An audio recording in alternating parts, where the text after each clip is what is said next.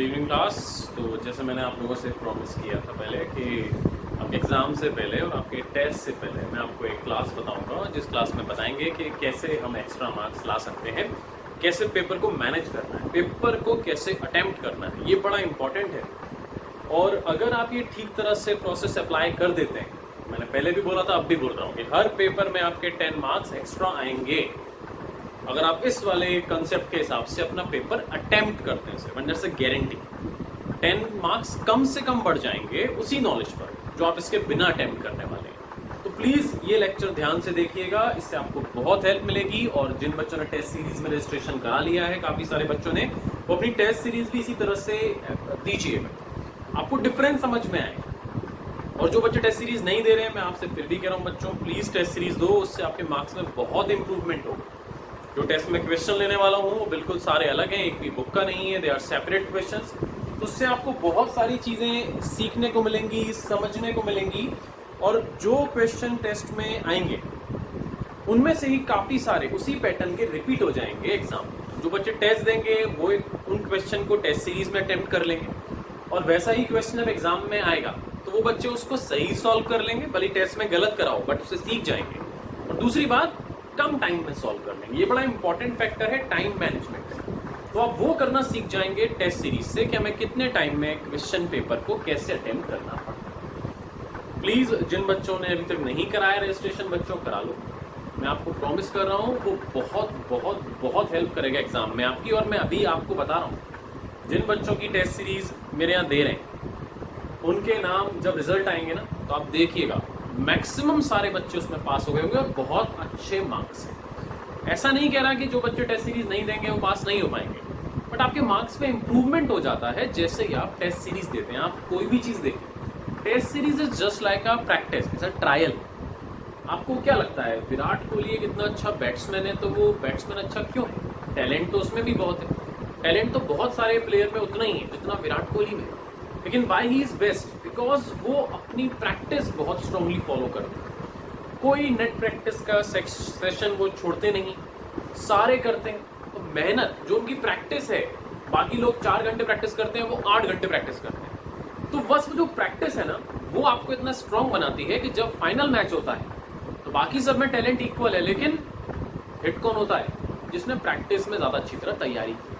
तो आप लोगों ने कोचिंग सब जगह से अच्छी तरह पढ़ी हुई है, नो डाउट, हो सकता है आपको सब नॉलेज बराबर, बट ये जो प्रैक्टिस है ना, ये जो टेस्ट सीरीज है, it's a kind of a practice. और ये जो बच्चा करके जाएगा उसको खुद से इतना कॉन्फिडेंस आएगा एग्जाम के लिए, और एग्जाम में पेपर अटेम्प्ट करना बहुत बहुत ईजी हो जाएगा। और ये मैं आपको प्रॉमिस कर रहा हूँ। टेस्ट सीरीज में जो पैसे आपसे लिए जा रहे हैं उसका रीज़न है, कई बच्चों को ऐसा लगता है कि टेस्ट सीरीज फ्री होनी चाहिए। तो एक टाइम में मैं टेस्ट सीरीज फ्री ही लेता था, बहुत समय पहले की बात, वंस अपॉन अ टाइम, जब डायनासोर होते थे उस टाइम, तो अब हम फ्री लेते थे। लेकिन फ्री की ना बच्चों को वैल्यू नहीं होती बिल्कुल भी।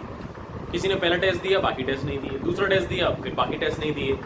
तो जब भी लाइफ में कोई चीज़ फ्री होती है ना, हम उसकी वैल्यू नहीं करते। जैसे कि पेरेंट्स, हमारे पेरेंट्स कितने अच्छे हैं, बट हम उनकी वैल्यू ही नहीं करते, बिकॉज फ्री में है ना, टेकन ग्रांटेड है हमारे लिए, बचपन से हमें मिले, हमारी केयर करते हैं। और कोई दोस्त हमारी इतनी सी भी केयर कर ले तो हमें बड़ा अच्छा लगता है। लेकिन जो पेरेंट्स बचपन से केयर कर रहे हैं, हम उनकी समझते ही नहीं है कि वो हमें फ्री में मिल रहा है। दोस्त कर रहा है, हमें पार्टी दे रहा है, कहीं पर घुमाने ले जा रहा है, तो हम कितने खुश हैं, अरे वाह कितना अच्छा फ्रेंड है हमारा, कितना कंसर्न है हमारे लिए, हमारे बर्थडे पे हमें गिफ्ट दे रहा है। बट बचपन से पेरेंट्स तुम लोगों को गिफ्ट दे रहे हैं, क्या क्या दे रहे हैं तुम्हें बर्थडे पे? क्या वो तो हर दिन तुम लोगों के लिए कुछ ना कुछ करते हैं, उसकी वैल्यू है नहीं। बट जब बाहर वाला वही काम करता है तो हमें उसकी वैल्यू हो जाती है। पेरेंट्स की वैल्यू क्यों नहीं? बिकॉज वो जो भी करते हैं that's free, they don't expect anything. So test series जब हम फ्री में लेते हैं ना, तो बच्चे उस बात को समझते ही नहीं, वो उसको बहुत ऐसा समझते हैं कि इसकी कोई वैल्यू नहीं, बेकार है। तो फिर हम लोगों ने उसकी फीस चार्ज करी। I was charging 600 rupees. उसमें मैं आपको बुक दे रहा हूँ, आपको पता है उस बुक की कॉस्टिंग ही कम से कम 200 रुपये से ज़्यादा है। कॉस्टिंग जो बच्चे टेस्ट सीरीज दे रहे हैं उन्हें मैं फ्री में दे रहा हूँ, जिससे आपको अपने जब पैसे हम खर्च करते हैं ना, उस चीज़ की हमें वैल्यू होती है। ये आप नोटिस कर लीजिए, जब आप किसी भी चीज़ के लिए मनी स्पेंड करते हैं ना, तो हम उसके लिए थोड़ा ज़्यादा सिंसियर हो जाते हैं। जो चीज़ फ्री होती है उनकी हमें जनरली केयर नहीं। खैर, ये सब बातें करने के बजाय हम आते हैं कि हमें पेपर अटेम्प्ट कैसे करना है। तो प्लीज़ इस लेक्चर को अच्छी तरह समझो। मैंने पहले से पूरा ड्रॉ कर दिया है, बिकॉज मैं उसमें आपको समझा जल्दी पाऊँ। तो how to attempt paper, attempt को हमने ब्रैकेट में डाला है और नीचे एक और ब्रैकेट में दो चीजें लिखी हैं। पेपर अटेम्प्ट करना या पेपर को डिकोड करना, इट्स नॉट ओनली नॉलेज। अगर आपको पेपर क्रैक करना है, चाहे वो सीए का हो, सीएस का हो, एमबीए का हो, दुनिया में किसी भी एग्जाम का, तो उसके लिए दो चीजें चाहिए, एक है नॉलेज और एक है मैनेजमेंट। नॉलेज भरपूर है, मैनेजमेंट खराब है, तो अभी वो बच्चा फेल होगा। आपको मिलेंगे ऐसे बच्चे और आप फाउंडेशन में ऐसे देख चुके होंगे, आपसे होशियार बच्चे होंगे, हो सकता है फेल हो गए हो या उनके मार्क्स आपसे कम आए। कैसे आ गए? बिकॉज नॉलेज में वो हमसे स्ट्रांग थे बट मैनेजमेंट में वीक। नॉलेज उन्होंने सब पढ़ा, सारी बुक्स पढ़ ली, बट वो टाइम मैनेज नहीं कर पाए, वो समझ नहीं पाए पेपर अटेम्प्ट करना is an art, knowledge is a science, management is an art. तो अटेम्प्ट करना एक आर्ट है और नॉलेज होना एक साइंस। जब तक साइंस और आर्ट का कॉम्बिनेशन नहीं होगा तब तक काम ठीक से चल नहीं सकता। बीइंग अ सीए, आप सीए जब बन जाएंगे ना, तो आपको जॉब करनी है, प्रैक्टिस, उसमें भी दोनों चीजें चाहिए होंगी सक्सेस के लिए। नॉलेज से हमें जॉब मिलेगी, नॉलेज से हम प्रैक्टिस कर पाएंगे, लेकिन मैनेजमेंट करके आर्ट से हम क्लाइंट को अपनी बातों में फंसा पाएंगे। वो एक आर्ट होगी कि आप क्लाइंट को कैसा कम्युनिकेशन है आपका। जॉब में भी आप लोगों के साथ डील कैसे करेंगे, आपके रिलेशन अपने मैनेजर और स्टाफ से कैसे होंगे, अगर वो अच्छे नहीं है तो कभी भी आपकी जॉब सक्सेसफुल नहीं हो पाएगी। Same in case of practice, आप बहुत नॉलेजेबल है, बट अगर आप जब तक डीलिंग करना नहीं सीखेंगे, इट्स एन आर्ट कि आपको क्लाइंट को कन्विंस करना है अपनी बातों से, सही बातों से, झूठ बोल के नहीं, सही बातों से कम्युनिकेट कराना है उसे कि भाई ये आपकी जरूरत है और मैं उसको कर सकता हूँ। तो एग्जैक्टली वैसे एग्जाम में है, तो हम जो पेपर अटेम्प्ट करते हैं उसमें सिर्फ नॉलेज वाला बच्चा भी फेल होगा,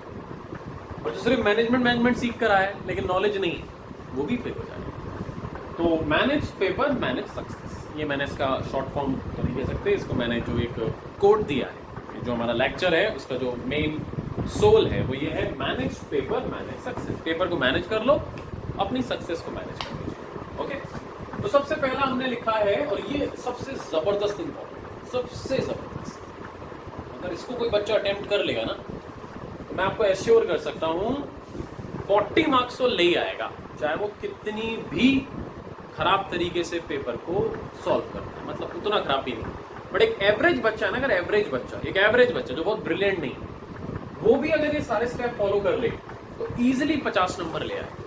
तो कुछ तो बिल्कुल ही यूजलेस होते हैं, उन्हें तो पहले से ही पता होता है हम फेल होने वाले, उनकी बात छोड़ देते हैं। हम बात करें एवरेज और जो उससे ज्यादा के होशियार बच्चे, तो ये उनको फॉलो कर लें तो उन सबके मार्क्स 10 कम से कम बढ़ जाए। सबसे पहली चीज, सबसे इम्पोर्टेंट, आपको 15 मिनट का टाइम दिया जाता है क्वेश्चन पेपर पढ़ने के लिए। इंस्टीट्यूट दे रहा है, क्यों दे रहा है इंस्टीट्यूट? पेपर पढ़ने के लिए, और हम बेवकूफ हैं, हम उस 15 मिनट में ना पेपर नहीं पढ़ रहे, हम देख रहे थे बाकी क्या कर रहा है कोई, और उस टाइम में कई बच्चे तो गॉसिप करने लगते हैं, तू कौन सा पेपर करेगा, तू कौन सा क्वेश्चन करेगा, मैं कौन सा क्वेश्चन करूंगा, तेरे को ये आता है कि नहीं। ये बेवकूफी है सबसे बड़ी। इंस्टीट्यूट आपको 15 मिनट दे रहा है पेपर पढ़ने के लिए, तो बच्चों पेपर पढ़ो। Let me tell you how to read that paper.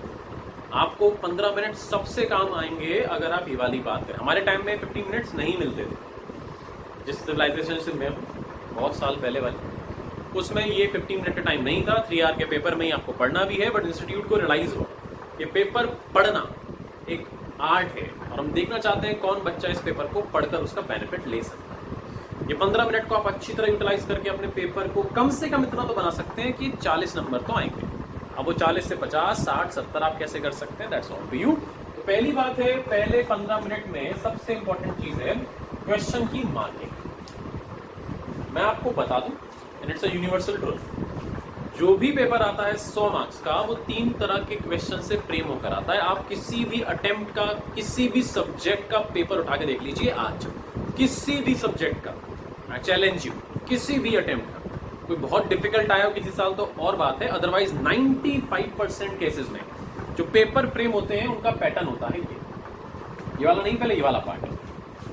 40 marks का पेपर हमेशा ऐसा फ्रेम किया जाता है जो एवरेज तरह के क्वेश्चन, आसान समझ लीजिए। आप किसी भी 100 नंबर के पेपर को उठाइए, उसमें टिक लगाना शुरू करो इजी वाले क्वेश्चन, तो टोटल आप देखेंगे उसका 35 से 40 मार्क्स के बीच में आएगा। वो क्वेश्चन जो इजी होते हैं उन बच्चों के लिए जिन्होंने पढ़ाई एवरेज या उससे ऊपर करी है। बिलो एवरेज वालों की तो बात ही छोड़ो, जो फेल हो नहीं आए उनका कुछ नहीं हो सकता, और जो एवरेज बच्चे के लिए भी इजी बनाते हैं। हमारे इंस्टीट्यूट पे कई बार ऑब्जेक्शन लगा कि कई लोगों ने ऑब्जेक्शन किया कि आप इतना टफ पेपर बनाते हैं कि बच्चे पास ही नहीं हो सकते, इतना खराब रिजल्ट है क्योंकि आप पेपर बहुत टफ बनाते हैं। इंस्टीट्यूट ने कहा देखो, आप पेपर पढ़िए और इंस्टीट्यूट ने जानबूझकर उन सारे के सारे ऑब्जेक्शंस को, एलिगेशन को रिमूव करने के लिए पेपर फॉर्म करने की ये तैयारी बनाई, ये स्ट्रक्चर बनाए कि हम 40 मार्क्स का पेपर तो बनाएंगे इजी, और ये हर सब्जेक्ट में हर अटेम्प्ट में बनता है। इजी मतलब ऐसे क्वेश्चन पूछा जाएगा जो एक एवरेज बच्चे को आने चाहिए। जैसे 40 मार्क्स में आपसे क्या पूछ लेगा, हाउस प्रॉपर्टी का न्यूमेरिकल एक सिंपल सा, या अगर थ्योरी पूछ लेगा तो इजी वाली, रेजिडेंशियल स्टेटस कैसे निकाला जाता है बताइए। एमसीक्यू पूछ लेगा तो भी इजी वाले, एचआरए कैलकुलेशन करा लेंगे आपसे, set of cost answer question आपको दे देंगे। तो आप बिल्कुल देखिए, आज ही देखिए किसी भी अटेम्प्ट का पेपर, एक अटेम्प्ट का पूरा 100 नंबर का, और उसमें क्योंकि अब आपका ऑलमोस्ट एग्जाम आने वाले, हर पेपर की पूरी पढ़ाई कर दी और उसमें टिक लगाओ, तो आप जब पूरे टिक लगाकर खत्म करेंगे तो यू विल सी कि उसमें लगभग 35-40 मार्क्स के वो क्वेश्चन है जो आपको अच्छी तरह आते हैं, अच्छी तरह आते हैं, एवरेज बच्चे को अच्छी तरह, मतलब इतनी अच्छी तरह कि या तो वो बुक के क्वेश्चन आ गए, सेम रिपीट हो गए, या वो उसने अच्छी तरह पढ़े हुए हैं, उनके प्रोविजन से अच्छी तरह याद है। मतलब वो क्वेश्चन जिसमें अगर थ्योरी के 5 पॉइंट है तो उसको लगभग 5 ही याद है, या न्यूमेरिकल है 5 नंबर का तो पूरा न्यूमेरिकल में आता है। इजी वाला, चाहे पीजीयूपी का इजी क्वेश्चन हो सकता है, कैपिटल गेन का भी इजी हो सकता है, किसी भी टॉपिक का होगा, लेकिन वो 40 मार्क्स के क्वेश्चन कैसे होते हैं, इजी वाले। तो हमें 15 मिनट में सबसे पहले पेपर पढ़ना है, और उन पेपर में जो वो वाले क्वेश्चन हमें दिख जाए जो इजी हैं, उन पर टिक लगाते जाओ। जो आपको क्वेश्चन लगे तो उन पर आप एफ लिख लीजिए, यानी कि फर्स्ट। इस फर्स्ट का मतलब क्या, मतलब वो वाले हमें सबसे पहले अटेम्प्ट करने, फर्स्ट ही अटेम्प्ट वो वाले, कैसे अटेम्प्ट होंगे वो सिखाएंगे। तो आप स्टार्टिंग के 15 मिनट में उन क्वेश्चन पे टिक लगाइए सबसे पहले जो आपको अच्छी तरह आते हैं। उन पे जो सिंबल आपको बनाना है, स्टार बना लो, एक 1 लिख लो, मैंने लिखा है फर्स्ट लिखा है, आपको जो मना है लिख लो, किसी का नाम लिखना है, उसका अल्फाबेट जो मना है लिख लो, जो आप करें, ठीक है। फिर जब आप पढ़ते जाएंगे, आपने पहला क्वेश्चन पढ़ा, आपको लगा ये इजी है, आपने उस पर लिख दिया फर्स्ट, सेकंड पढ़ा, तो बाकी 40 मार्क्स का पेपर ऐसा होता है जो थोड़ा सा डिफिकल्ट होता है। तो 40 मार्क्स का कैसा हो गया, ये स्टार्टिंग वाला इजी पार्ट, 40 मार्क्स का हो गया एवरेज, तो इंस्टीट्यूट बनाता है एवरेज लेवल के क्वेश्चन, मतलब ऐसे क्वेश्चन जिसमें अगर 5 पॉइंट है तो आपको शायद 3, 3.5 या 4 याद हो। अगर न्यूमेरिकल है तो सकता है उसके 10 पॉइंट में से आपको 8 या 6 पॉइंट का, 7 पॉइंट का ट्रीटमेंट आता हो, बाकी 2-3 का नहीं आता। जैसे पीजीपी का है तो उसे 10 नंबर का क्वेश्चन जिसमें हमें 2-3 इन्फॉर्मेशन का ट्रीटमेंट नहीं आता, या सैलरी का है उसमें 1-2 पर्क का ट्रीटमेंट नहीं समझ आ रहा, बट मेजोरिटी ऑफ क्वेश्चन हम सॉल्व कर पा रहे हैं। मतलब एवरेज वो जिसमें पूरा हमें पॉइंट नहीं आते आंसर, लेकिन हमें फिर भी 70% आंसर तक हम पहुंच सकते हैं, whether it's a capital gain, theoretical, कुछ भी हो सकता है। तो ऐसा भी 40 मार्क्स का होता है, तो कितना हो गया 80 नंबर का। तो 80 में से 40 नंबर का लगभग वो है जो इजी होता है, जो हमें अच्छी तरह अटेम्प्ट करना आता है। 40 नंबर का ऐसा है जो एवरेज होता है, मतलब उसको बहुत अच्छा भी नहीं आता और ऐसा भी नहीं बहुत खराब आता है, हम उसमें एवरेज 60-70% के आसपास सॉल्व कर सकते हैं, वेदर इट्स थ्योरेटिकल और इट्स न्यूमेरिकल। और ये है डेंजरस, डिफिकल्ट। 20 मार्क्स का आप देखेंगे तो हमेशा ऐसा पेपर होगा, क्वेश्चन जो आपके सर के ऊपर से निकल जाएगा, एकदम बाउंड सर की तरह। तो पता कैसे चलेगा, ऐसा क्वेश्चन पढ़कर आपको ऐसा लगा अरे ये तो सर ने पढ़ा है, ये तो सर ने धोखा कर दिया। सर ने धोखा नहीं करा, वो इंस्टीट्यूट फ्रेम करने का तरीका है। इंस्टीट्यूट चाहता नहीं 100 में से किसी के 100 मार्क्स आए, आ गए तो इंस्टीट्यूट की बेइज्जती हो जाएगी। ये कोई आईसीएसई बोर्ड थोड़ा ना है कि 90+ वाले मार्क्स आएंगे सारे बच्चों की क्लास के। 65% पे रैंक आ जाती है बच्चों, AIR रैंक 65 से 70% अगर आपके आ रहे हैं बोथ ग्रुप, आपकी रैंक आती है all over India. All over India 50 बच्चों में जाते हो 65 और 70% मार्क्स के बीच में।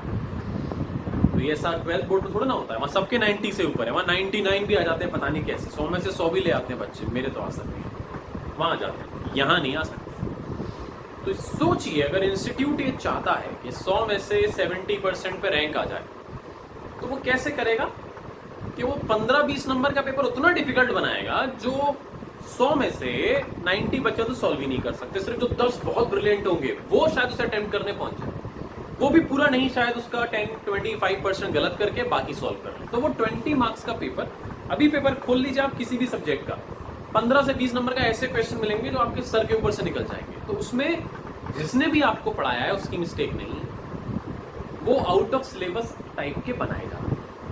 उनको बच्चा या तो चॉइस में बचे तो बच जाता है, छोड़ देता है, अदरवाइज अगर वो कंपलसरी क्वेश्चन का पार्ट 1 कर आ गए तो वो काफी डिफिकल्ट हो जाता है। तो उसमें टेंशन लेने की बात नहीं, ये आता ही ऐसा फॉर्मेट है। अब कुछ बच्चे नर्वस हो जाते हैं, उन्होंने देखा 20 नंबर के स्टार्टिंग वाले क्वेश्चन ही पढ़े 3-4, वो वही वाले डिफिकल्ट वाले, तो हम देखकर ही हम डर गए कि अरे बाप रे, ये स्टार्टिंग के 20 नंबर के क्वेश्चन तो मेरे को समझ ही नहीं आ रहा, क्या करूं। तो आप नर्वस हो जाते हैं। ऐसा होगा, ये हर पेपर की स्ट्रेटेजी है, स्ट्रक्चर है, ऐसा मैं आपको बता रहा हूं। आप पूरा पेपर पढ़िए, तो सर के ऊपर से निकल जाए उस पर थर्ड लिख लीजिए, जो आपका मन करता है 1 2 3 लिख लीजिए, सिंपल बना लीजिए। जो आसान लग रहे हैं आपको उन पे अपना अलग टिक लगाइए, जो डिफिकल्ट लग रहे हैं अलग टिक लगाइए, और जो सबसे डिफिकल्ट लग रहे हैं उनको बिल्कुल अलग टिक लगाइए। तो हमारे लिए ये तो हो गए बेस्ट, ये हमारा बेस्ट पार्ट है, ये हमारी बेस्ट परफॉर्मेंस देने वाले क्वेश्चन है। ये हो गए एवरेज वाले, क्योंकि ये थोड़े से डिफिकल्ट हैं, पूरे भी बुरे नहीं है और बहुत अच्छी तरह भी नहीं है। ये हो गया हमारे लिए एक तरह का नाइट में बैड। तो ये प्रपोर्शन आपको मिलेगा हर पेपर, इवन टेस्ट सीरीज में भी मैं ऐसे ही क्वेश्चन बनाने वाला हूँ। कुछ पार्ट बनाऊंगा डिफिकल्ट, कुछ इजी और कुछ एवरेज। तो आप टेस्ट सीरीज में भी जब क्वेश्चन आए तो पहले सॉल्व करने मत बैठ जाना, 5 मिनट देना, मैं आपको 5 मिनट दूंगा।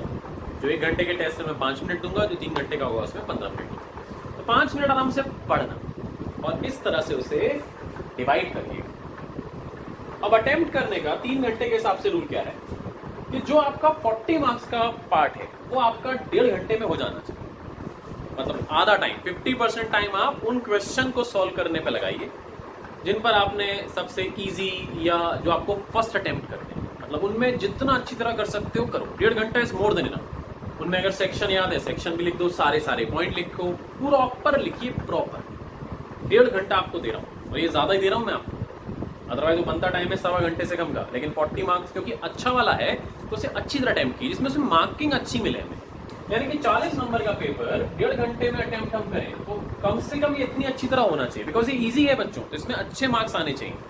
तो इसमें हमारे 30 से लेकर 35 मार्क्स आ जाने चाहिए। इस तरह से अटेम्प्ट करो, 1.5 घंटा लगाओ इस 40 नंबर में, और कोशिश करो कि आप 30 से 35 नंबर की रेंज में इसमें से मार्क्स ले आओ, वेदर इट्स थ्योरेटिकल और न्यूमेरिकल, कोई फर्क नहीं पड़ता, लेकिन इतने मार्क्स आने चाहिए। आसान क्वेश्चन में गलती मत कर, इसमें गलती अगर हुई तो फिर भगवान भी नहीं बचा पाए। तो आसान क्वेश्चन को टाइम दो, आराम से सॉल्व करो और 1.5 घंटे में इतना कर लो कि 30 से 35 मार्क्स आ जाएं।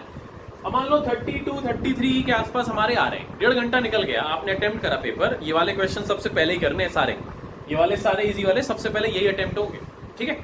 तो 1.5 घंटे में आपको ये देखना है कि आपने ये वाला पार्ट अटेम्प्ट कर लिया। सोचो, इमेजिन करो एग्जाम चल रहा है, 1.5 घंटा निकल गया और आपको पता है आपके 30 से 35 नंबर के बीच के मार्क्स तो श्योर हो गए। ये खुशी होगी ना कि आप 40 नंबर लाने थे पासिंग होने के लिए, 30 to 33 तो मेरे बन रहे। तो अब 1.5 घंटा बचा है, मतलब मैं इस एग्जाम में फेल तो नहीं हो सकता, 40 से कम तो नहीं आएंगे। समझो, ये कॉन्फिडेंस होना बहुत जरूरी है एग्जाम में। जब आप एग्जाम देते तो आपने फील करा ना, 12 के भी दिए होंगे फाउंडेशन, कि जब हम एग्जाम देते तो जैसे ही पेपर आना शुरू होता है वहां से डिस्ट्रीब्यूट, तो हमारी हार्ट बीट ऐसे धक धक डरना शुरू हो जाता है ना, नर्वस हो जाते हैं बहुत बुरी तरह। और जब वो हाथ में आता है पेपर तो पसीने निकलना शुरू हो जाता है बिना पेपर पढ़े। तो स्टार्टिंग में ना हमारा ब्रेन बेचारा बहुत ओवरलोड हो जाता है उस नर्वसनेस से, और हमारी परफॉर्मेंस खराब हो सकती है। तो स्टार्टिंग में क्या करना चाहिए, डिफिकल्ट क्वेश्चन करने चाहिए या इजी, जिससे आपका कॉन्फिडेंस बिल्डअप। एक तो आप वैसे ही नर्वस हैं और आप डिफिकल्ट क्वेश्चन अटेम्प्ट करो तो वो सॉल्व ही नहीं होगा और गलत कर दोगे उसको। तो स्टार्टिंग में हमेशा इजी पार्ट करा जाता है जिससे कि आपका कॉन्फिडेंस बिल्डअप, धीरे धीरे दिमाग अपना चलना शुरू हो जाएगा, तो फिर हम डिफिकल्ट भी कर सकते हैं। इट्स ट्रूथ, मैं आपको बता रहा हूँ, बिल्कुल ऐसे होता है और आप एक्सपीरियंस कर चुके हैं, बिकॉज 12th फाउंडेशन तो आपने किया। तो हमेशा स्टार्टिंग में इजी क्वेश्चन अटेम्प्ट कीजिए, that will build up your confidence. जल्दी मत कर, डिफिकल्ट पहले अटेम्प्ट कर लूं, फंस जाओगे, पेपर खराब हो जाएगा, प्लीज मत कर, ठीक है। तो 1.5 घंटे में हमने लगभग 30 से 35 नंबर के बीच में सिक्योर कर लिए। अब 1 घंटा देंगे इन 40 को, जिसमें हमें 60-70% के आसपास प्रोविजन आते हैं, तो बाकी हम देखेंगे कैसे लिखना। सोचिए 1 घंटे में मैंने 40 मार्क्स का अटेम्प्ट करा और इसमें मेरे 60% भी मार्क्स हुए अटेम्प्ट, यानी कि 24 नंबर मैं कहता हूँ 40 में से 24-25 नंबर के आसपास अगर हमारे आ पा रहे हैं, तो बेटा 54-60 मार्क्स तो आ गए तुम लोग, 60 नंबर आ गए पार्टी। अब क्या टेंशन है, अभी आधा घंटा बचा, मेरे 55-60 मार्क्स तो आ ही गए एग्जाम में। अब देखो जो ब्रिलियंट बच्चे हैं ना वो इसी चीज को कम टाइम में कर देते हैं। ब्रिलियंट बच्चा 1.5 घंटे में क्या करेगा, 35+ स्कोर करेगा इसको, और 1.5 घंटे से पहले कर देगा 1.25 घंटे। एवरेज बच्चे के लिए बता रहा हूँ मैं सब, एवरेज, ये होशियार बच्चों के लिए नहीं है, वो कम टाइम में ये पार्ट सॉल्व कर देंगे और मार्किंग भी 35 प्लस लेके जाएंगे। ये वो पूरा पेपर 2-2.25 घंटे में कर देंगे 80 नंबर का सॉल्व, 2.25 घंटे के आसपास, और इसमें भी वो 40 में से स्कोर कर जाएंगे 30 प्लस। तो वो बच्चा यहाँ करेगा 35 और यहाँ करेगा 30 प्लस, उसके यहाँ पर ही 65 हो गए, और यहाँ 20 में से कर लेगा 10 भी अगर कैसे भी, तो उसके 75 हो गए। इतने ही आते हैं हाईएस्ट, इससे ज्यादा नहीं बनते। एवरेज बच्चे के मैं एवरेज के हिसाब से बता रहा हूँ, तो इसकी टेंशन मत लेना कि ये ब्रिलियंट बच्चों के लिए, ये एवरेज के लिए। ब्रिलियंट वाला तो सिर्फ 20% बेटर परफॉर्म करेगा, टाइम भी कम यूज करेगा और परफॉर्मेंस भी अच्छी होगी, वह बच्चा टॉप कर जाता है।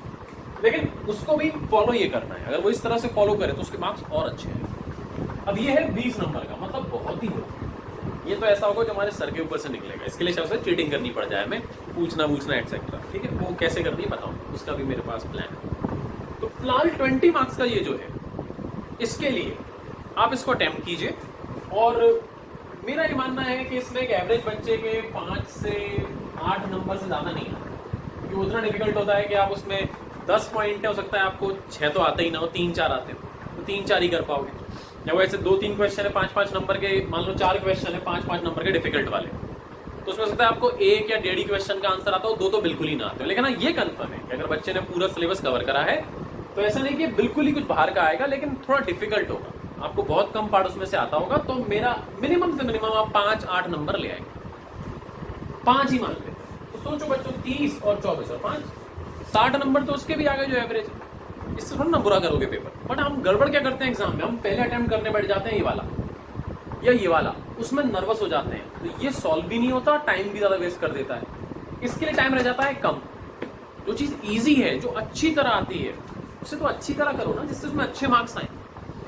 अटेम्प्ट पूरे 100 मार्क्स का करना है पूरा, लेकिन ये रखिएगा स्ट्रेटेजी कि पहले मैं बेस्ट और एवरेज मिक्स करके कर लूं। ऐसा भी नहीं सर पहले बेस्ट कर लो, हाँ जो ये वाले हैं ना, इनको तो बाद में ही करना, बिल्कुल एंड में, लास्ट के आधा घंटे में।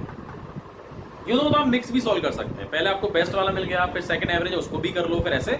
बट ये टाइम देखते रहना कि ये सब मेरा काम 2.5 घंटे में हो जाए, एंड के मेरे पास 30 मिनट बचने चाहिए इस काम के लिए। वो 30 बचे या 20 तब भी काम चल जाएगा, क्योंकि इसमें कुछ भी कर लो, इसमें 5-8 से ज्यादा ऊपर नंबर आते नहीं, छोड़ना नहीं है।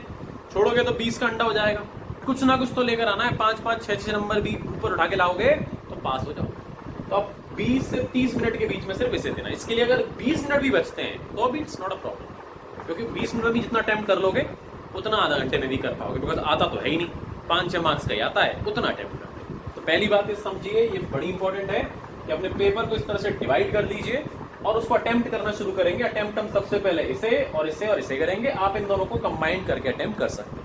जिन पर F और S लिखा हो फर्स्ट और सेकंड, वो क्वेश्चन जैसे जैसे आते जाए पेपर में, आप उस तरह से उसे सॉल्व करना शुरू करें। नाउ सीरीज ऑफ सॉल्यूशन, ये बड़ी इंपॉर्टेंट चीज है, बच्चों को पता नहीं होती। जैसे क्वेश्चन कैसे आते हैं एग्जाम में आपके 1 2 3 4 5 6, 1 के 4 पार्ट होते हैं, A B C D, second के होंगे फिर A B C D E। तो बच्चे कैसे अटेम्प्ट करते हैं, पहले आपको सेकंड आसान लग रहा है, भाई आपको कौन सा अटेम्प्ट करना है वो डिपेंड करेगा आपने ये कैसे बनाए। हमारे जो F और एवरेज वाले हैं वो मान लो सेकंड क्वेश्चन में आ रहे हैं, A B और C, या वो थर्ड में आ रहे हैं, या वो फोर्थ में आ रहे हैं, या फिफ्थ में, या सिक्स्थ में। तो आप जब अटेम्प्ट करें तो 1 क्वेश्चन पहले अटेम्प्ट करना है, सेकंड बाद में, ऐसा कोई रूल नहीं। आप पहले क्वेश्चन 5 अटेम्प्ट कर सकते हैं, फिर सेकंड कर सकते हैं, फिर थर्ड कर सकते हैं, फिर 4 कर सकते हैं। इस तरह की कोई भी सिस्टम नहीं है इंस्टीट्यूट का कि वो कहता है कि पहले 1 ही करो, फिर 2 करो, फिर 3 और 4। नो, वो ये कह सकता है फर्स्ट क्वेश्चन इज कंपल्सरी, करना कब है आप डिसाइड करो।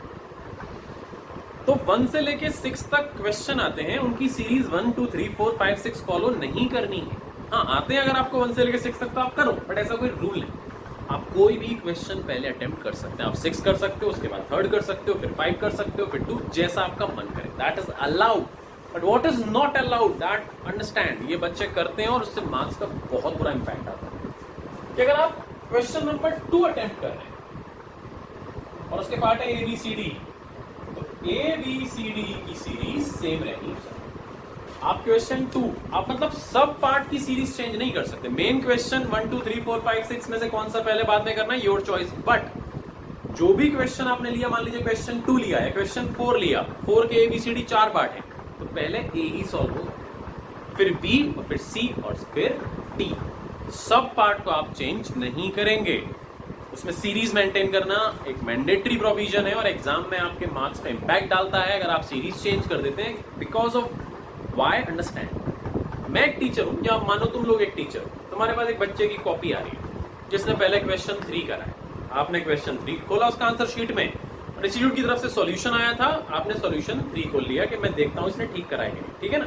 तो 3 इंस्टीट्यूट की सॉल्यूशन की कॉपी में और 3 हमारे आंसर शीट।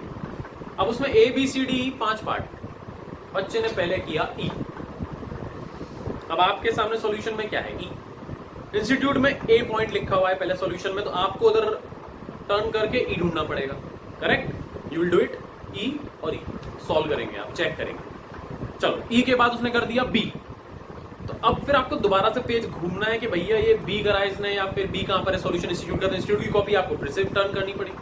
फिर उसने करा सी, फिर उसने करा ए, फिर उसने करा डी। तो ये एक हो जाएगा बड़ा ही नॉनसेंस। जो टीचर है वो इरिटेट हो जाता है, because I am a teacher, I can tell you. मेरे को बच्चा से कहता है ना, मैं बहुत परेशान होता हूँ, सॉल्यूशन ए पहले सी फिर ई। और कई बच्चे तो ऐसा होते हैं ना, उनका बच्चों ए और डी पता ही नहीं चलता टीचर को। तो टीचर को ऐसा लगता है, तो टीचर को कई बार ऐसा लगता है कि आपने लिखा है ए लेकिन मुझे लगा डी, तो उसने डी का सॉल्यूशन चेक कर दिया और डी से आपका ए मैच नहीं होगा, आंसर हो जाएगा। कई बच्चे सी और ई ढंग से नहीं बनाते। अब ये पता चलता ई है या फिर सी। तो मैं आपको बता रहा हूं, हमेशा ये रूल फॉलो करो कि जो सब पार्ट है उनकी सीरीज चेंज नहीं हो, पहले ए ही होगा फिर बी होगा। और मैडम आपको अपना बोलना है तो बोलिए, उसी रखिए ब्ला ब्ला ब्ला। और पता है आपके साथ कोई काम नहीं करते, सारे काम मुझे ही करते हैं। और हाँ, ये बोरिंग बकवास है, इसे मत पढ़ा करो। क्या इंटरेस्ट है तुम्हें इसमें? तेरे को भी सीए बनाऊंगा, चिंता मत करो। ये सीख लो पहले। तो A B C D E ये फॉर्म चेंज नहीं होना चाहिए, ये बात ध्यान से सुनो। और अगर आपने इसे चेंज किया तो अगर एग्जामिनर को कंफ्यूजन हो गया कि वो डी है या फिर वो ए है या वो सी है या फिर वो ई है या वो बी है या फिर डी, तो आपके पूरे मार्क्स उड़ेंगे उसमें। वो इतना दिमाग नहीं लगाएगा। और कई बार ऐसा होता है कि कुछ एग्जामिनर तो ध्यान नहीं देते कि वो ए का ही सॉल्यूशन चेक करते हैं, अगर आपने स्टार्टिंग में डी भी कर रखा है तो वो मार्क्स काट देगा। And it happens, I have seen this. मैं बता रहा हूँ, प्लीज मेरी बात मान लो प्लीज। मैंने कॉपीज देखी है और मुझे समझ आ रहा है कि इसमें एग्जामिनर ने काटा क्यों है। बिकॉज का रीजन है कि आपने डी कर दिया और उसने ए के हिसाब से सॉल्यूशन चेक करा और वो ए से मैच नहीं हुआ, उसने काट दिया, ज्यादा दिमाग नहीं लगाया। तो कॉपी चेक करने वाले टीचर नहीं होते। इनकम टैक्स की कॉपी इनकम टैक्स का टीचर नहीं चेक करेगा, इंस्टीट्यूट किसी सीए को भेज देगा जिसे को इनकम टैक्स या फिर लॉ पता ही नहीं हो, वो सिर्फ सॉल्यूशन देखकर ही सॉल्व कर सकता है, बाकी उसको नहीं पता इसका सॉल्यूशन क्या है। Correct, got it. अब एक प्रॉब्लम आपको एक बात देखिए, मैंने लिखा भी है, any question can attempt in any sequence. मतलब ये 1 2 3 4 5 6 की बात हो रही है, बट सब part must be in order. ये ABCD फॉर्मेट में ही होना चाहिए, पहले ए फिर बी फिर बी और सी और डी।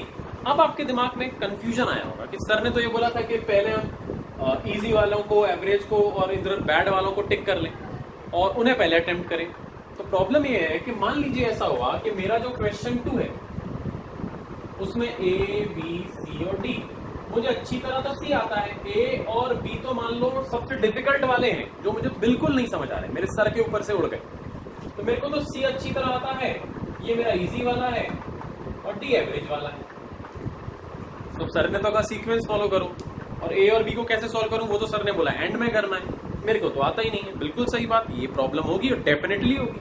कुछ क्वेश्चन के आपको ए आता होगा और फिर डी आता होगा, बी सी नहीं आते होंगे, किसी में हो सकता है 3 आते हो 1 ना आता हो। It can be done.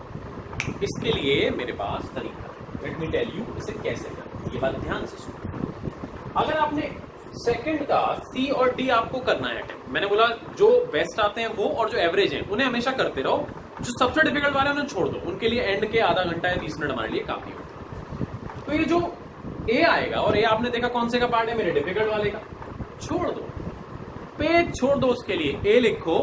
आपको तो पता है ना आपके सर के ऊपर से निकल गया, जो सर के ऊपर से निकल गया उसके लिए कितना लिख लोगे एंड में भी, आप एक पेज छोड़ दो, बहुत है 4 नंबर के लिए, वेदर इट्स अ न्यूमेरिकल और इट्स अ थ्योरेटिकल। 1 पेज पूरा छोड़ दो। इंस्टीट्यूट पैसे लेता है एग्जामिनेशन के आपसे काफी सारे, उसमें पेज आपको अलग से पैसे नहीं देने पड़ते। आप ए लिखिए और छोड़ दीजिए पूरा पेज, पूरा एक पेज छोड़ दो नीचे पीटी को लिखकर। गॉट इट, इतना कर दो, क्या टेंशन वाली बात है, अपने थोड़ा पैसे लग रहे हैं, दिए हमने पैसे। तो एंड में जब उस 20 या 30 मिनट में एक को अटेम्प्ट करने आएंगे, हो सकता है ना कर पाए, टाइम ही ना मिले, बट अगर बचेगा टाइम तो कितना लिख लोगे उसमें जिसमें कुछ आता ही नहीं है हमें, है ना, समझे। तो बहुत कम होगा, और कुछ भी लिखना होगा तो उसके लिए हमारे पास जगह है एक पेज की। बी भी नहीं आता, बी के लिए भी पेज छोड़ दो लिखकर, बी और पेज ब्लैंक।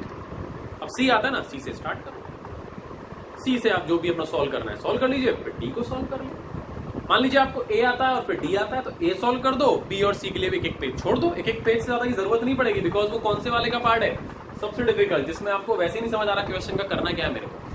ए कर दो, बी सी की जगह छोड़ो, डी पर आ जाओ। जब टाइम मिलेगा एंड में तब हम बी सी में जो लिखना होगा लिख देंगे। क्लियर, सीक्वेंस ऐसे फॉलो। सेकंड के बाद आपने 5 क्वेश्चन अटेम्प्ट किया, फिफ्थ वाले में आपको डी अच्छी तरह आता है और बी अच्छी तरह आता है, तो ए छोड़ दो, बी अटेम्प्ट कर लो, सी छोड़ दो जगह और डी अटेम्प्ट कर लो। This can be done easy, okay, this is called management. Sequence मत करना बच्चों, पूरे क्वेश्चन कट जाते हैं, भले ही आपका सही होता है तब भी कट जाता है। उसकी एक ही मिस्टेक होती है कि बच्चे ठीक से सीरीज नहीं लिखते और टीचर उसी में रेटेड हो जाते हैं कई बार एग्जामिनर कॉपी चेक करते में, या फिर उन्हें समझ नहीं आता ये ए है या सी है डी है। फॉर गॉड सेक मेरी रिक्वेस्ट है, मेहनत कर रहे हो ना, सिर्फ गधे भी मेहनत करते हैं, तो गधे मत बनो, स्मार्ट बनो, स्मार्ट प्लीज, ओके। थर्ड, हमेशा ये एक और इम्पोर्टेंट चीज है, स्टार्ट फ्रॉम न्यू पेज। हमें न्यू पेज से कम स्टार्ट करना है। कई बार एक प्रॉब्लम है, हमारे लिए गाइडलाइंस में लिखा जाता है कि अगर आप कोई क्वेश्चन अटेम्प्ट कर रहे हैं, आपने किसी क्वेश्चन का आंसर लिखा, वैसे थ्योरेटिकल और न्यूमेरिकल, कई बार उसमें कटिंग करनी होता है। न्यूमेरिकल है, मान लो सैलरी के 10 पॉइंट आप कर रहे हो, 3-4 पॉइंट आप लिख के 2-3 आप लिख के फिर आपको बाद में याद आए तो गलत हो गए, तो आप उसे काट के नीचे एक्स्ट्रा दोबारा से पॉइंट कर सकते हैं। This can be done, okay. या आप थ्योरी के क्वेश्चन लिख रहे हो, आपने 4-5-6 लाइन लिख दी, फिर एक लाइन आपको याद आया गलत है तो आप उसे काटोगे, दोबारा लिखते हैं, ऐसे करते हैं ना, कटिंग कर सकते हो, नेक्स्ट लाइन से दोबारा से स्टार्ट कर सकते हो। बट लेकिन किंतु परंतु लेकिन कभी ऐसा होता है हमारे साथ कि जब हम कोई क्वेश्चन सॉल्व कर रहे हैं और उसके नीचे की 4 लाइन हमें लगा ये तो गलत लिख दी, हमने पूरी 4 लाइन काट दी, मतलब हमारा आंसर वहीं खत्म हो गया। 4 लाइन पहले 10 लाइन लिखी थी, 4 पॉइंट हमें याद है गलत कर दिए, तो हमने वो 4 पॉइंट काट दिए, अब स्टार्टिंग की 6 लाइन ही हमारे पास है, बस वही मेरा आंसर है। तो अगर किसी क्वेश्चन का जो पार्ट आप कट कर रहे हैं उसके बाद वो क्वेश्चन कंटिन्यू अगर नहीं कर रहे हैं, या तो 4 लाइन के बाद उसी का आंसर अभी और कंटिन्यू होना है, तो नीचे से कर सकते हैं। बट अगर ऐसा है कि वो 4 लाइन या नीचे की आपने 2 लाइन काट दी और उससे पहले जहां तक लिखा था वहीं तक आपका सोल्यूशन खत्म हो रहा है, तो नेक्स्ट क्वेश्चन नए पेज से स्टार्ट हो, चाहे नीचे कितनी भी लाइन बची। एक पेज पर अगर कटिंग है तो उसी क्वेश्चन का कंटिन्यूएशन तो अलाउड होता है कटिंग के बाद, लेकिन अगर कटिंग कर दी है, चाहे मान लीजिए आप सैलरी कर रहे हैं और आपने लास्ट वाला एक पॉइंट काट दिया, या कैपिटल गेन है उसमें आपने गलती से एग्जेम्पशन दे दी और आपको याद है एग्जेम्पशन तो देनी नहीं थी, तो आपने एग्जेम्पशन काट दी। अब उसी क्वेश्चन का टैक्स भी निकालना है, तो कटिंग के बाद आप टैक्स निकाल सकते हैं, लेकिन अगर आंसर वहीं खत्म हो गया, टैक्स नहीं निकालना है, सिर्फ कैपिटल गेन निकालना है, तो अब अगला क्वेश्चन आप नेक्स्ट पेज से सॉल्व करेंगे। इंस्टीट्यूट कहता है, ये लिखा होता है गाइडलाइंस में, एडमिट कार्ड आएगा ना तो वो 6 पेज का होता है एडमिट कार्ड, हम सिर्फ 1 पेज का प्रिंट आउट निकालते हैं, जहाँ शक्ल दिख रही होती है और साइन करने होते हैं, बाकी गाइडलाइंस पढ़ते नहीं। सब गाइडलाइंस में है कि जहां क्वेश्चन आपका खत्म हो रहा है और अगर वहां नीचे लास्ट में कटिंग हो गई है तो बीच में कटिंग हुई एक लाइन की, सेम क्वेश्चन आगे कंटिन्यू हुआ है जैसे मैंने बताया। लेकिन अगर क्वेश्चन सॉल्व करा है आपने, वेदर इट्स न्यूमेरिकल और थ्योरेटिकल, उसकी लास्ट की लाइन कटी हुई या लास्ट का पॉइंट काटा है आपने, उसके बाद आप नया क्वेश्चन उस पेज से सॉल्व नहीं करेंगे, फ्रेश पेज से सॉल्व करेंगे। समझ गए? ये काफी सिंपल बात है, इतनी होशियार हो समझ जाओ। Start question from next page if any cutting of solution. तो अगर सॉल्यूशन में कहीं भी कटिंग है, सेम आंसर नीचे उसके कंटिन्यू हो सकता है, बट अगर नया क्वेश्चन का आंसर लिख रहे हैं तो आप नेक्स्ट पेज से लिखेंगे। नेक्स्ट पेज से, चाहे स्टार्टिंग की 3-4 लाइन है, आपने सॉल्व करा, एक पेज पे सॉल्व हुआ, नेक्स्ट पेज पे 4 लाइनें थी, एंड की 2 काटनी पड़ी, तो नीचे काफी सारा पेज बचा हुआ है, तब भी आप नेक्स्ट पेज से स्टार्ट करेंगे। पेज की कंजूसी नहीं करनी है, ठीक है? पेज की कंजूसी मत करना, आराम से यूज करो जितने कर सकते। नेक्स्ट, ये भी बहुत ही जबरदस्त बात है, कंपलसरी क्वेश्चन हमेशा एंड में करना है। ये गारंटी ले लो, कंपलसरी क्वेश्चन हमेशा इस वाले का पार्ट होता है। अगर वो 10 नंबर का है तो ये जो 20 नंबर का सर के ऊपर छोड़ गया ना, वो 10 नंबर का तो कंपलसरी में लिखा इसलिए आता है कंपलसरी कि बच्चा फंस जाए। ये आपके ईगो को हर्ट कर देता है। पहला क्वेश्चन आता है हर पेपर में और उसमें लिखा होता है फर्स्ट क्वेश्चन इज कंपल्सरी। तो बच्चे क्या है ना अपने ईगो पे ले जाते हैं, अच्छा इसने कहा फर्स्ट क्वेश्चन कंपल्सरी है तो हम इसे सबसे पहले ही करके दिखाएंगे। बेटा वो होगा नहीं कंपल्सरी क्वेश्चन, ये मान लो इंस्टीट्यूट आपको फंसा रहा है और आप फंस रहे हो। नहीं, कंपल्सरी को एंड में भी करेंगे ना, कर लेंगे ना, करना ही तो है, पहले मत कर देना। मैं आपको एक रियलिटी बताता हूँ, स्टोरी। जब मैंने सीए स्टार्ट करना था तो मेरे एक दोस्त थे, उनका कोई दोस्त सीए था, तो वो मेरे को लेके गए अपने साथ कि चल मैं तेरे को सीए से मिलवाता हूँ, वो कुछ तेरे को गाइड करेगा कैसे। तो मैं उनसे मिला सीए से और मैंने पूछा भैया कुछ बता दीजिए गाइडेंस कैसे करना है, कैसे पढ़ाई। तो उन्होंने कहा बेटा पढ़ाई वढ़ाई तू जैसे करा कर लियो, मेरी एक बात ध्यान रखियो कि एग्जाम में कभी कंपल्सरी क्वेश्चन पहले मत सॉल्व कर दियो। ये बात मैं तेरे को बस एक बता रहा हूँ, ये मत करिए। मैंने कहा अच्छा ठीक है, और मैंने बात मान ली और मैंने कभी भी पहला क्वेश्चन कंपल्सरी सॉल्व नहीं किया। मैंने वो हमेशा टेक्निकली एंड में करा, बिकॉज वो मेरे कौन से वाले का पार्ट बनता था जो मेरे बाउंस होता सर के ऊपर से, और वो हमेशा बनाया इसीलिए था। कंपल्सरी क्वेश्चन आपसे हाथ जोड़ के विनती है, प्लीज प्लीज प्लीज अटेम्प्ट मत करना पहले, करेंगे हम एंड में करेंगे।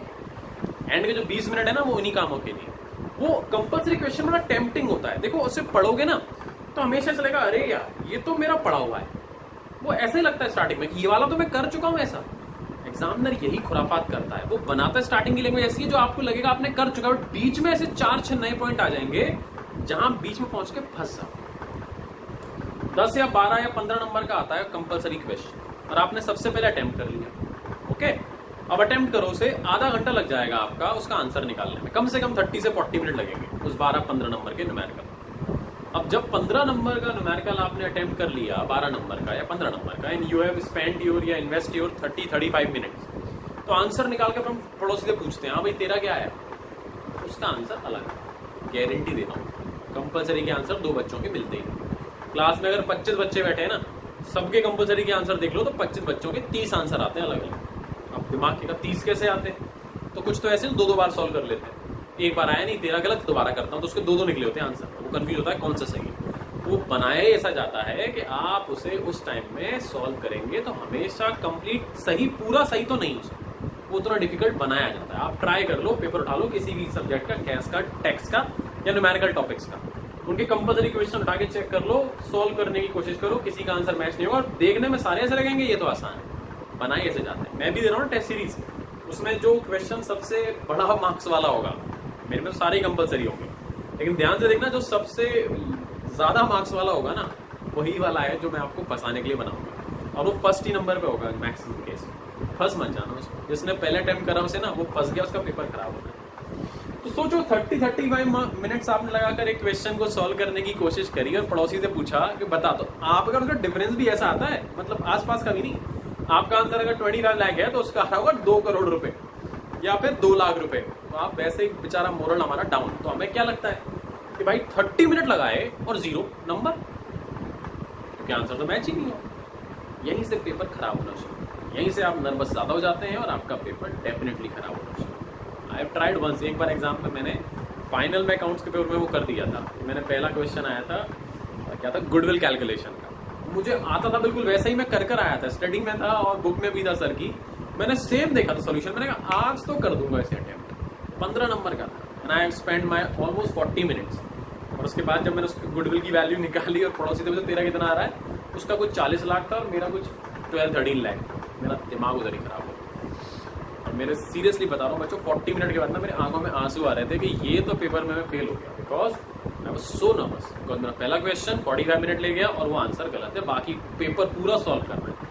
बहुत ही बुरा मेरा अकाउंट्स का पेपर होता, बहुत ही बुरा। मतलब आई वाज थिंकिंग कि इसमें पास हो गया ना तो मेरा ग्रुप निकल जाएगा बस, वरना इसमें फेल हो गया तो पता नहीं क्या होगा, नाक कट जाएगी।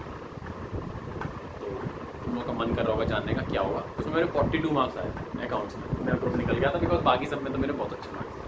और मुझे समझ आया कि कंपलसरी नहीं करना होता है। मैंने कहा जब तक रहूँगा सबको यही बताऊँगा। मैं आपको बता रहा हूँ, please do not try this eight examination और टेस्ट और एनी वेयर एल्स। ओके, तो सॉल्व करेंगे एंड में करेंगे, हमेशा एंड में करेंगे, और जितना पार्ट आता है उतना सॉल्व कर।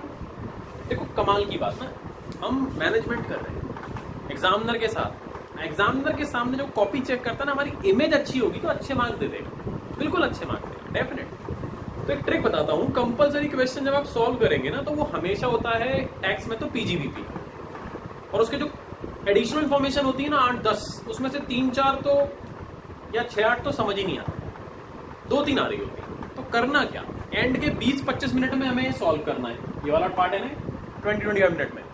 तो जितना सही पॉइंट आते हो ना, सैलरी का आ गया मान लो या कैपिटल गेन का, तो जितना पार्ट सही आता, मतलब एग्जाम्पशन में कंफ्यूजन है मान लो आपको कैपिटल गेन की 4 एग्जाम्पशन लग रही है, आपको 1 समझ आ रही है, 3 समझ ही नहीं आ रही, तो 1 ही सॉल्व करना, 3 करना ही पड़ेगा, गलत मत कर। पीजीपी का है, उसमें एडिशनल इन्फॉर्मेशन है 8, आपको सिर्फ 2-3 समझ आ रही है, 5 आई नहीं, तो 3 सॉल्व कर देना, भले ही वो सीरीज 1-2-3 हो या वो पहली एक और एक 8वीं और एक 6वीं हो। तो बाकी ना जो बिल्कुल ही समझना है उन्हें सॉल्व भी मत करना, जिसमें थोड़ा सा कॉन्फिडेंस हो, थोड़ी आ रही हो वो करना, बट जो बिल्कुल ऐसे पॉइंट हो ना कंपलसरी के या उन क्वेश्चन के जो आपको बाउंस लग रहे हैं, तो उनको गलत मत सॉल्व करना। ये मत सोच के करना गलत कर देता हूं, कोई बात नहीं, देखा जाएगा। अगर आपको पता है आपको नहीं आता तो छोड़ देना, उससे क्या होगा, क्योंकि वो आपने लास्ट में अटेम्प्ट किया, तो एग्जामिनर के दिमाग में ना एक आपकी पॉजिटिव इमेज बनेगी, भाई बच्चे ने सॉल्व तो किया, कुछ पॉइंट कर नहीं पाया, क्यों, क्योंकि टाइम नहीं, ये नहीं पता उसे कि आपको आते नहीं, ये कब पता चलेगा जब हम गलत सॉल्व करें। लेकिन अगर हम क्या करें, उसे सॉल्व ही ना करें, 10 में से 6 पॉइंट नहीं आते तो 6 के जगह 4 ही सॉल्व कर दें, तो एग्जामिनर को लगेगा 4 सॉल्व करे हैं सही, तो हो सकता है 6 भी आते हो, बट क्योंकि लास्ट क्वेश्चन चल रहा है तो बेचारे के पास टाइम नहीं होगा, तो वो उन 4 में आपको अच्छे नंबर दें। वो अगर 15 नंबर का नुमेरिकल है तो 4 सॉल्व होने पर भी आपको हो सकता है 8-9 नंबर दे दें, और अगर वो आपने 6 गलत कर रखे हैं 4 के बाद गलत गलत गलत गलत गलत, तो वो आपकी मार्किंग खराब करेंगे। It's a human mentality. जैसे आपको एग्जांपल दूं, एक जगह इंटरव्यू होता है और आप देखिए नेगेटिव पॉजिटिव सिर्फ बोलने से फर्क पड़ जाता है, जस्ट लाइक दिस, कि आप कम्युनिकेट कैसे करते हैं, बात सेम है बट बोलने का तरीका। 2 बच्चों का इंटरव्यू हुआ, एक बच्चा सीए का, ये प्रैक्टिकली बता रहा हूँ मैं आपको, एक्चुअल में जो हुआ था, एक जगह इंटरव्यू था, एक बच्चा सीए का देने गया, और मुझे बताया वापस आके, इसीलिए मैं आपको बता रहा हूँ। उसने कहा उससे कुछ क्वेश्चन पूछे गए और उसको कुछ क्वेश्चन के आंसर नहीं आते थे, 10 क्वेश्चन पूछे इंटरव्यू में, उसको 3-4 के आंसर नहीं आते, तो उसने बोला I don't know sir, I don't know, मुझे नहीं आते, या उसने गलत बोल दिए कुछ क्वेश्चन के आंसर। गलत बोलने का मतलब, आप 2 गलती कर, जो आपसे पूछा गया उसका आंसर नहीं आता, और आपने जो आंसर दिया है वो किसी और क्वेश्चन का है। जैसे गलत सेक्शन लिखने पे 2 सेक्शन नहीं आते, जिसका पूछा गया उसका सेक्शन, जिसका लिख दिया वो किसी और का सेक्शन है। इसलिए जब भी आप गलत आंसर देते हैं तो टेक्निकली आप 2 गलतियां कर रहे होते हैं और आप सामने वाले को बताते हैं। तो उसने अपने इंटरव्यू में जो क्वेश्चन थे, या तो उसके आंसर में बोला जो उसको नहीं आते थे आई डोंट नो, या उसने गलत दिए, तो उससे सामने वाले को पता चला कि भाई इसको 2 चीजों के आंसर नहीं आते। अब दूसरा बच्चा गया इंटरव्यू देने, उसने भी सेम किया, पहले वाले ने 6 क्वेश्चन के आंसर में 2 के आंसर दिए नहीं, 4 के गलत दिए। दूसरे वाले को भी 6 के आंसर नहीं आते थे, उसने 6 के 6 जब क्वेश्चन से पूछे गए 15-20 क्वेश्चन में से जो 6 क्वेश्चन नहीं आते, उसने उनके बारे में पता है क्या आंसर दिया, व्हाट इज सेड, तो कमाल देखो कमाल, और इसका इम्पैक्ट देखो। उसने ये नहीं कहा मुझे नहीं आते, उसने गलत भी नहीं दी, उसने क्या बोला, sir sorry I am not able to recall the answer this time.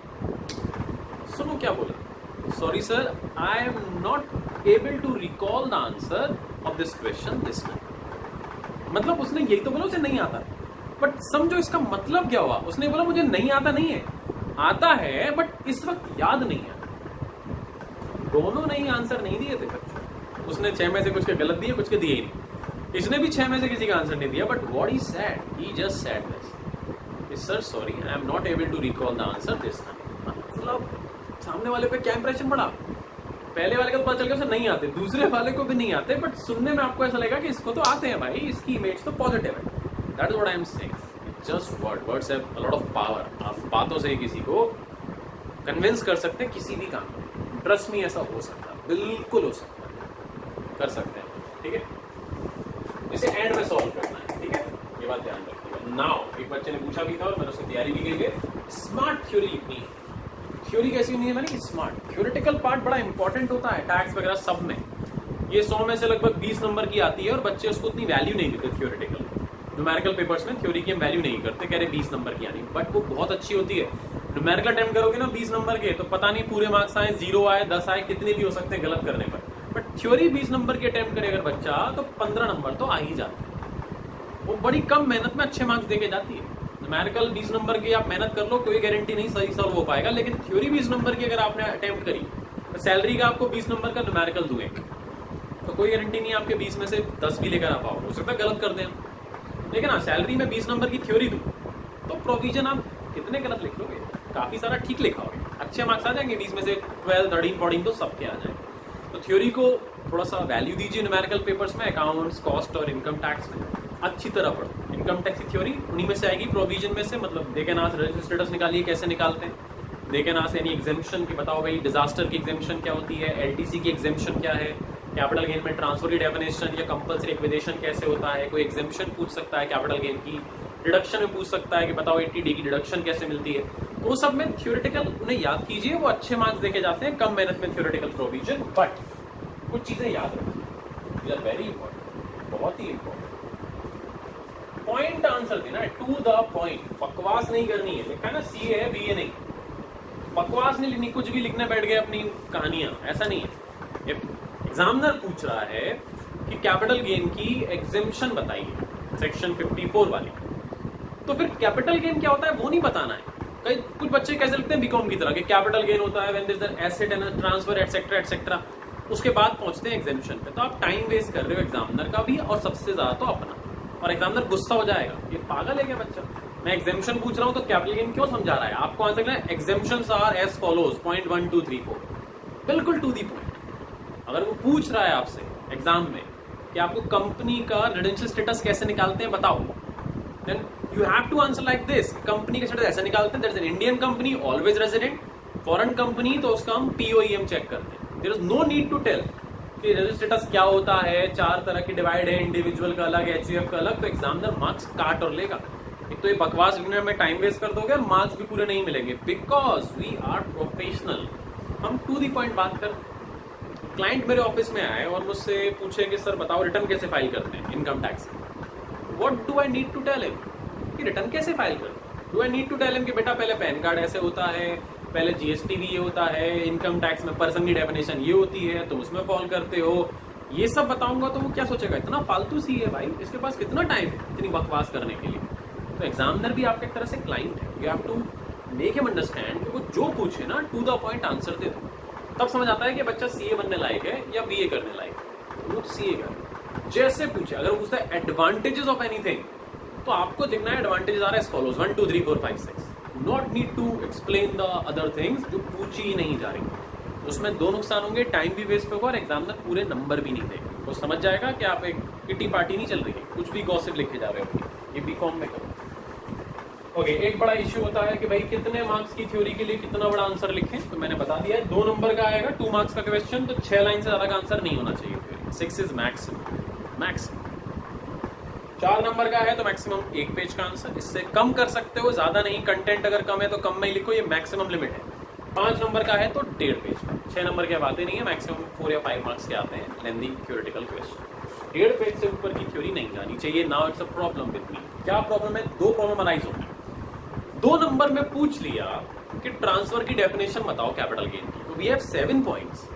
हम सोचेंगे भाई 7 पॉइंट कैसे लिखेंगे 2 नंबर में, तो उसमें ना क्वेश्चन के आंसर को एडिट करना है। एग्जामिनर ये भी देखता है हमारी कि भाई CA जो कर रहा है क्या उसे एडिटिंग आती है, क्या अपनी बात कम वर्ड्स में समझा सकता है। तो ज्यादा बकवास किया, टू द पॉइंट लिख दो, 7 की जगह 4 पॉइंट लिख के छोड़ दो, 5 पॉइंट लिख दो, और अगर पॉइंट सारे लिखोगे तो अच्छी बात है, लेकिन उसका कंटेंट कम करो। वो भी मैंने लिखा है, अगर आपका आंसर बहुत ज्यादा जा रहा है, टू लार्ज, जबकि मार्क्स के हिसाब से कम बनता है। एग्जामिनर ने पूछ लिया 4 नंबर में रेजिडेंशियल स्टेटस बताओ, हमने कहा वाह मजा आ गया, एक ही तो क्वेश्चन याद है पूरे में। हमने डायग्राम बनाना शुरू करा, सर ने ऐसे बनाया, पूरा इंडिविजुअल HUF सबका बनाएंगे, बच्चों उसमें लग जाएगा आधा घंटे से भी ज्यादा। 4 नंबर में 2 पेज भर दिए आपने, तो क्या लगता है आपको 4 नंबर भी मिलेंगे? नहीं। एक तो आपने टाइम वेस्ट कर दिया अपना बाकी क्वेश्चन करने के लिए, और 4 भी नहीं मिलेंगे, तो आपको आंसर कट करना पड़ेगा, सिर्फ मेन पॉइंट लिखने पड़ेंगे। अदर में सिर्फ कंट्रोल मैनेजमेंट चेक करते हैं, ऐसे HUF में कम जितना कम एक्सप्लेन। इंडिविजुअल का अगर लिखोगे तो कैसे, more than 182 days in previous year, और कंडीशन ऐसे करके, एक्सेप्शन लिखने की भी जरूरत नहीं है, सिर्फ बेसिक कंडीशन लिखोगे और एडिशनल कंडीशन। तो you have to cut your answer, आपको एडिट करना पड़ेगा। उसके लिए आपके पास तरीका क्या है, मेन पॉइंट्स लिखिए, ज्यादा नहीं। अगर आपसे पूछता है transfer not regarded as transfer, मतलब एग्जेम्प्टेड कैपिटल गेन कौन से होते हैं, गिफ्ट वाला जो बताया अमलगमेशन, उसमें 12-13 पॉइंट पढ़ाए, उसने 4 नंबर में पूछ लिया, तो 12-13 लिखने की जरूरत नहीं है, 6-7 पॉइंट लिख दीजिए, दैट्स इट, काफी है, उसमें पूरे मार्क्स देगा आपको। कभी कभी उल्टा भी होता है कि 4 नंबर का क्वेश्चन आ गया हमारे पास, कंटेंट ही नहीं लिखने के लिए, उसने पूछ लिया एडवांस मनी फॉरफिटेड, 4 नंबर में एक्सप्लेन करो। अब एडवांस मनी फॉरफिटेड है ही 2 लाइन का सिर्फ, प्रोविजन सेक्शन 51 कैपिटल गेन। अगर एडवांस मनी फॉरफिट करते हैं तो वो इनकम फ्रॉम अदर सोर्स में टैक्सेबल हो जाती है। ये है ही 2 मार्क्स का, और आप कहेंगे सर ने तो बकवास के लिए मना किया है, तो इसमें मैं बढ़ाऊं कैसे एक्स्ट्रा? तो उसका एक ट्रिक सिखा रहा हूं। अगर कभी आपके पास आंसर शॉर्ट है तो उसको बढ़ाने का तरीका होता है एग्जाम्पल ऐड करना। बिल्कुल सिंपल एग्जाम्पल। ये मत सुनना एग्जाम्पल कैसे बनाएंगे, अरे आपने लिखा ना एडवांस मनी फॉरफिट का तरीका होता है, एडवांस मनी किसी की फॉरफिट हो गई अदर सोर्स में टैक्सेबल, तो क्या करेंगे, मिस्टर ए थे और एक मिस्टर बी थे। मिस्टर बी ने मिस्टर ए को एडवांस मनी दी 1 लाख की, जो ए ने फॉरफिट कर ली तो वो ए के अदर सोर्स में शो हो जाएगी, दैट्स इट। ए और बी का जन्म ही इसीलिए हुआ था कि उनके नाम पर एग्जाम्पल बनाया जाए, ठीक है। तो आप हर किसी चीज का अगर आपको लगता है कंटेंट कम है मेरे पास और मुझे आंसर ज्यादा बड़ा करना है, क्योंकि 4 नंबर में 2 लाइन का आंसर अच्छा नहीं लगेगा देखने में, तो 2-3 लाइन का एग्जाम्पल बनाइए, 4 में से 4 देगा एग्जाम में, आपको पूरे मार्क्स देगा। अगर एग्जाम्पल किसी बच्चे ने कोट कर दिया थ्योरी में तो पूरे मार्क्स देने ही पड़ेंगे। इवन डायग्राम भी आप बना सकते हैं, लेकिन सिर्फ डायग्राम बनाकर कभी थ्योरी में ना आए। आप कंटेंट लिखने के बाद डायग्राम बना सकते हैं, तो डायग्राम भी ऐड करने के लिए होता है कि कभी आपको अपना आंसर बढ़ाना है, और same in case of example भी इसी के लिए, तो आप एग्जाम्पल साथ में डायग्राम भी ऐड कर सकते हैं। नेक्स्ट एक और बहुत ही इंपॉर्टेंट चीज है जो बच्चे गलती करते हैं, प्लीज मत करना, हमेशा थ्योरी पॉइंट्स का आंसर, सॉरी थ्योरी क्वेश्चंस का आंसर पॉइंट्स में देंगे, पैराग्राफ में कभी नहीं, कभी भी नहीं। पैराग्राफ में मार्क्स कभी अच्छे मिलते ही नहीं। अगर 4 नंबर का क्वेश्चन है और आपने पैराग्राफ में आंसर दिया ना, तो ये रूल है 3 नंबर में से ही मार्किंग करता है, चलिए ये रूल है, लिखा हुआ। अगर आप पूरा पैराग्राफ में आंसर देंगे तो 4 में से मार्किंग स्टार्ट नहीं हुई, 3 नंबर में से एग्जामिनर मार्किंग देगा, और वो 3 में से मैक्सिमम 2-2.5 नंबर देगा बस। लेकिन अगर 4 नंबर का है और आपने पॉइंट्स में आंसर लिखा, तो देखो उसकी पावर है। 4 नंबर का आपने 5 पॉइंट लिख दिए, उसी पैराग्राफ के पॉइंट बना दिए, उसमें क्या सेंटेंस जितना है उसको 1 पॉइंट में लिखो, सेकंड को दूसरे। कोई भी क्वेश्चन आप मुझे बताओ, मैं पॉइंट में कन्वर्ट कर दूं, anything, whether GST, income tax, कुछ भी आप सेंटेंस जहां खत्म होता है उसका 1 पॉइंट बनाओ, तो 1 2 3 4 5। जरूरी नहीं वो नोट्स में पॉइंट में ही हो आंसर, बट आप उसे पॉइंट में कन्वर्ट कर सकते हैं, अंडरस्टैंड। कोई भी क्वेश्चन, कोई भी, आप मुझे कोई भी क्वेश्चन पूछो, मैं उसका पॉइंट में आपको बताता हूं। जैसे कि मैंने तो वैसे भी सब पॉइंट में बनाई है थ्योरेटिकल, मुझे तो याद भी नहीं आ रहा कोई ऐसा क्वेश्चन जो इनकम टैक्स में थ्योरी में लिखना। जैसे मान लीजिए कोई पूछ लेता है कि बताइए अलाउंस और पर्क में क्या डिफरेंस होता है, तो आप पॉइंट्स में बनाइए। अलाउंस मॉनेटरी होते हैं, पर्क नॉन मॉनेटरी होते हैं। अलाउंसेज में कुछ एग्जाम्स के एग्जाम्पल आ जाते हैं कि ये अलाउंसेज होते हैं, पर्क में वो आ जाते हैं हमारे पास। अलाउंसेज में जो पैसा बचता है वो वापस नहीं करना पड़ता, पर्क में पैसा मिलता ही नहीं। अलाउंसेज हमें जब भी हम कैश सैलरी निकालते हैं उसके लिए इंक्लूड करे जाते हैं, जबकि पर्क्यूट को इंक्लूड नहीं किया जाता। आपसे पूछता है ग्रेचुटी के प्रोविजन बताइए, तो हम ग्रेचुटी के पॉइंट्स वाइज आंसर बता देंगे। कोई पेंशन का प्रोविजन पूछता है एग्जेम्पशन कैसे निकालते हैं, हम पॉइंट में बना देंगे। कोई पूछता है बताइए व्हाट इज एचयूएफ, तो एचयूएफ आप पैराग्राफ में आंसर लिखा हुआ है हमने, लेकिन आप उसे पॉइंट में बनाइए कि एचयूएफ वो होती है जब कोई हिंदू डिवाइड फैमिली होती है जिसमें उसके लोग मिलकर एचयूएफ में रजिस्ट्रेशन करा लेते हैं। 2 तरह की एचयूएफ होती है, दया, भागा, मिताक्षरा, एक्सेट्रा एक्सेट्रा। तो प्लीज अपना हर आंसर पॉइंट में दें। इस सीरीज में मैं सॉल्व करूंगा ना, आपके आंसर चेक करूंगा, सॉरी मार्किंग खराब करूंगा जो बच्चा पैराग्राफ में देगा। And let me tell you a reality, एक बार ऐसा हुआ, एग्जैक्टली ऐसा हुआ, कॉपी चेक करी है मैंने खुद से, इसलिए बता रहा हूँ आपको, मतलब देखी है मैंने, किसी और की चेक की। मेरी एक स्टूडेंट थी, उसके मार्क्स बहुत खराब आए टैक्स में, which was not expected from her because she was a very brilliant student. And she told me कि सर मेरे मार्क्स बहुत खराब आए, वो फेल हो गई थी उस बार। मैंने कॉपी मंगवा, उसने कॉपी अपनी मंगाई, आंसर मुझे दिखाई, उसके टैक्स में लाइक ऐसे 34 मार्क्स आए थे जो बिल्कुल भी एक्सपेक्टेड नहीं थे। And you know what mistake, उसने कहा खराब हुआ था पेपर सर, बट उतना खराब नहीं हुआ। मुझे भी लगा था कि 34 मार्क्स तो नहीं हो सकते बिकॉज 50+ तो आएंगे ही आएंगे। She was that intelligent. उसने मुझे कॉपी शो करी, उस अटेम्प्ट में आई गेस 30 मार्क्स के थ्योरेटिकल प्रोविजन आए थे इनकम टैक्स और जीएसटी के लगभग मिलाकर। एंड व्हाट शी डिड, उसने सारे आंसर लिखे थे पैराग्राफ, जबकि मैंने ये क्लास उसको भी दी। हर एग्जाम से पहले मैं एक क्लास बच्चों को बताता हूँ, सुना नहीं उसने। कैसे किया उसने, देखो टीडीएस के क्वेश्चन आए थे, एक तो 4-4 नंबर के, तो उसने मुझे 194A के अंदर टीडीएस के प्रोविजन बताइए, which is interest other than interest on security. तो उसने सब लिखा कि इंडिविजुअल एचयूएफ पे कटता है, उसकी ये रेट होती है, etcetera. She just done one mistake. वहाँ रेट है 10% TDS काटने की और गलती से उसने लिख दी 1%, जीरो लगाना भूल गई। ये उसके पैराग्राफ था 5 लाइन का, जिसमें सब उसने पैराग्राफ में लिखा था, सेंटेंस बना बना के, एक भी पॉइंट्स नहीं डाला। और एक जो पैराग्राफ था लाइन में, उसमें लिखा था TDS repeated at the rate 1%। Only 1 mistake in 4 marks question. 5 line में सिर्फ एक मिस्टेक थी, एग्जामिनर ने काट के 0 दिया था उसे, 0। I have seen this thing. Same TDS का दूसरा क्वेश्चन आया था, उसने वो भी पैराग्राफ में लिखा था, तो 194J आई गेस, शायद 194J का था, जिसमें रॉयल्टी एटसेट्रा आते हैं ना, तो उसमें वो रॉयल्टी लिखना भूल गई थी और डायरेक्टर फीस नहीं लिखी। उसने सिर्फ प्रोफेशनल फीस और टेक्निकल फीस के हिसाब से आंसर लिख दिया, थ्योरेटिकल सब करेक्ट विद सेक्शन, और 2 चीज लिखना भूल गई, royalty and director fees. 4 number में 0 मार्क्स दिए। तो उसके 30 मार्क्स की जो थ्योरी थी, उसमें सब में उसने जो पैराग्राफ में आंसर लिखे, उसमें एक पॉइंट गलत था लगभग, और उस 30 में से सिर्फ उसके 5 या 6 नंबर आए थे पूरी थ्योरी। अगर उसने वो पॉइंट्स में लिखे होते तो एक पॉइंट गलत होने पर एग्जामिनर सिर्फ एक ही पॉइंट काट सकता है, 1 मार्क्स। अगर 5 नंबर का क्वेश्चन है, आपने 5 पॉइंट आंसर में लिखे और एक गलत हो, एक ही काट सकता है, 4 नंबर से देने पड़ेंगे। आदत होगी ना, 4 पे टिक लगाएगा करेक्ट का, 1 पे क्रॉस, 4 नंबर तो देगा ना, कहाँ से मानेगा। बट पैराग्राफ में कहीं भी एक चीज काटेगा, पूरा काट सकता है।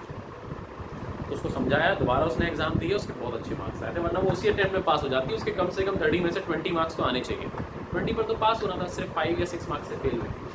तो प्लीज अपने आंसर पॉइंट में लिखिएगा। जो बच्चे मुझे टेस्ट सीरीज में आंसर पॉइंट में नहीं लिख के भेजेंगे, मैं उनको अच्छे मार्क्स नहीं दूंगा, प्लीज। ओके, हमेशा पॉइंट्स में लिखिए, हमेशा, बहुत अच्छे मार्क्स आएंगे। थोड़ी लास्ट चीज, ये तो आपको ऑलरेडी पढ़ चुके होंगे आप लोग, केस लॉस के आंसर कैसे लिखते हैं। Income tax message case laws आते बहुत कम है, तो जहाँ भी आते हैं कभी आ जाए तो प्लीज आप उसे ऐसे करें। ये तो आप जानते हैं, पहले फैक्ट ऑफ द केस लिखेंगे, प्रोविजन कोट करते हैं और फिर कंक्लूजन लिखते हैं अपना। ये बात आप लॉ पढ़ रहे होंगे तो आपको सिखा दी गई होगी, तो ये मेरा पार्ट है भी नहीं, but I am telling you.